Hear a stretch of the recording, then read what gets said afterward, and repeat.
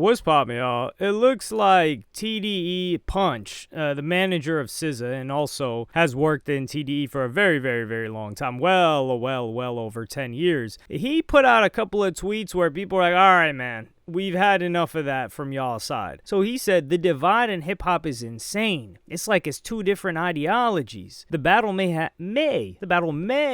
have been the catalyst, but it feel like it's been bubbling for a while. No, I don't think it was bubbling at all. I think the battle is exactly what made it happen. No matter what the topic is, you can tell clearly who falls on what side. Depending on which side was taken in the battle, that same group of people, like the same sports star, same politician, same stance on whatever issues, it's like a social experiment. I don't know what this guy's yapping about, but no, that's not the case at all. And off rip, how can you make a statement like this when the biggest song of this entire beef is Not Like Us? It wasn't One of Us. It wasn't Become One of Us. It wasn't We're All in This Together. Like, what was that, a Cheetah Girls song? It wasn't any of that. It was clearly a divide of you're over there and we're over here. And the we was clearly TDE and Kendrick Lamar and whoever's on his side. And this gets called out by What's the Dirt, who has made a lot of videos documenting this beef. And he said 100% incorrect. One massive generalization. This is one of the most ignorant tweets in a while. I for sure agree. This is how you know someone's curated a timeline that is so far removed from what's actually happening. And then somebody says, ha ha ha, you just proved this point is correct. And he goes on to say, I'm Canadian. I have zero ties to Trump. We do not support him over here. We have zero reason to support him. I don't get where the Trump thing came out. Drake has millions of fans in this country and globally. What he's saying is insanely ignorant. And I think this was all spurred by Drake getting brought out by Morgan Wallen, which people made like the craziest big deal about. I don't even know how that turned into a talking point. That's how you know it's some nutball activity going on. He says, ignorant, huh? You still counting? Or in your head, did you count them with the hard ER? So this is a great demonstration of Punch doing exactly what he's saying that he thinks the beef was the catalyst for. It's like, what? He says, there you go, buddy. Deflect from the comment when met with logic. And then he continues and says, Punch says, I'd love to have a conversation with you in person. Let me know. He says, sure thing. I'll be in LA in July. And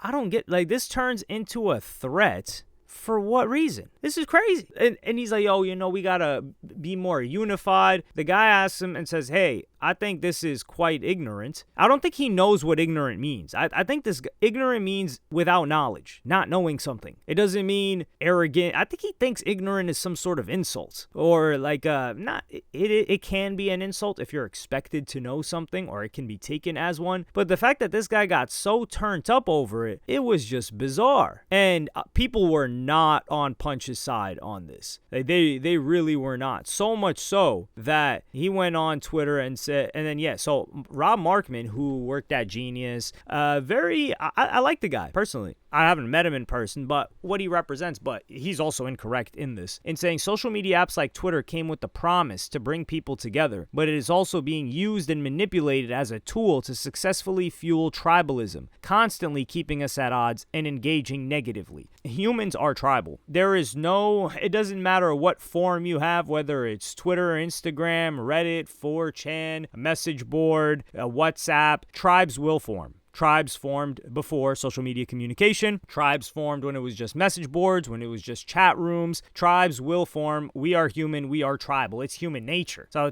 you don't need to successfully fuel tribalism. We do that on our own. And then Punch says, definitely keeping us at odds. We need unity in hip hop.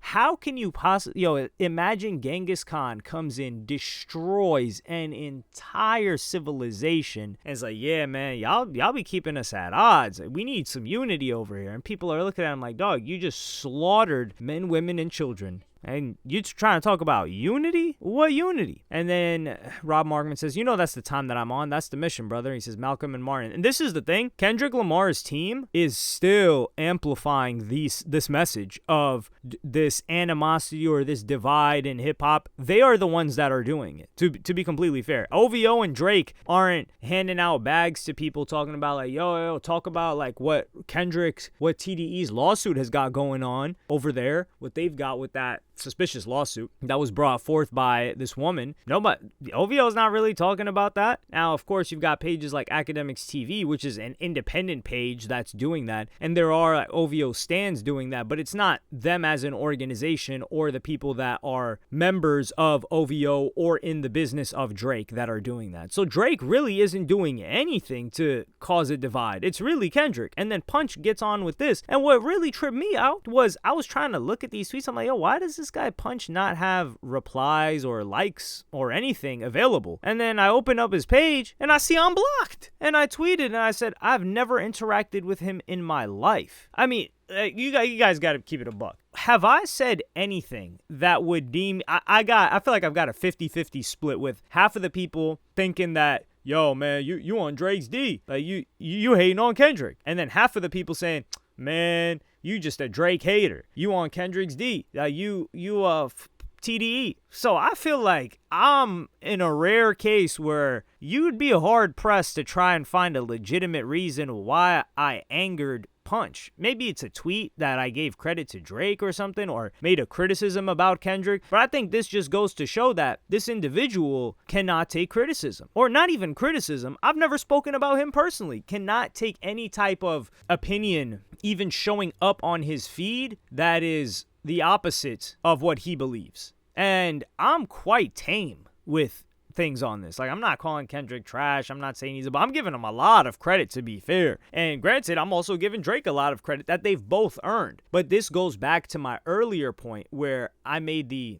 assumption that Punch is tweeting this stuff because this is an example of a curated feed. If this guy's blocking me, I probably just showed up on his feed, I don't even know how. Then that means that anybody that doesn't completely agree with him isn't on his feed because he's likely blocking them. So the only people that are on his feed are radicalized to have the same exact opinions as he does. And he's wondering why there's a lack of diversity of opinion. You block all the diversity of opinion. It's wild. I just wonder what got me blocked. It's very rare that I get blocked. And this is also another thing that disappointed me because I'm able to see his tweets. And I'm saying this disappoints me for him because if he blocked me, then I shouldn't be able to see his tweets. Like, that function should still be there. Why would they remove that? At that point, he could just mute me if he doesn't want to see me on his timeline, which is completely fine. I don't have a problem with that. But I have a problem with the mute and the block function operating the same. When you block someone, they're not supposed to see you on their page. That's the function of the block button. Yet, here we are. Blocks don't even mean you got blocked anymore. So yeah, I think TDE's tweaking, man. They started this whole... They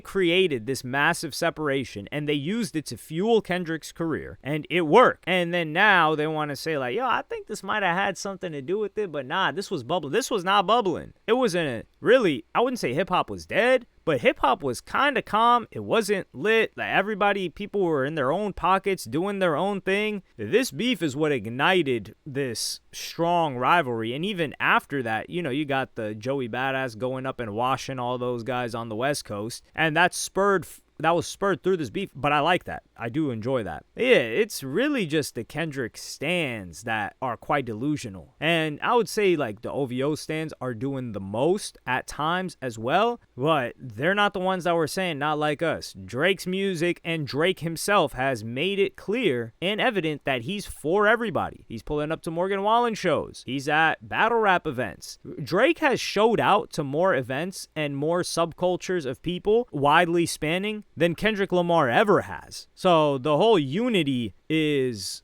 I feel like that's antithetical to what Kendrick Lamar is saying. He's like, I'm with the culture feeling. He's trying to be exclusionary. And I don't have a problem if someone's philosophy is to be exclusionary. But let's not cap and try to say, oh, nah, this is about unity. No, it is not. That's some gaslighting right there. But let me know what y'all think about this in the comments. Like, subscribe, and hit the notification bell if you enjoyed. And I'm going to see y'all in the next one.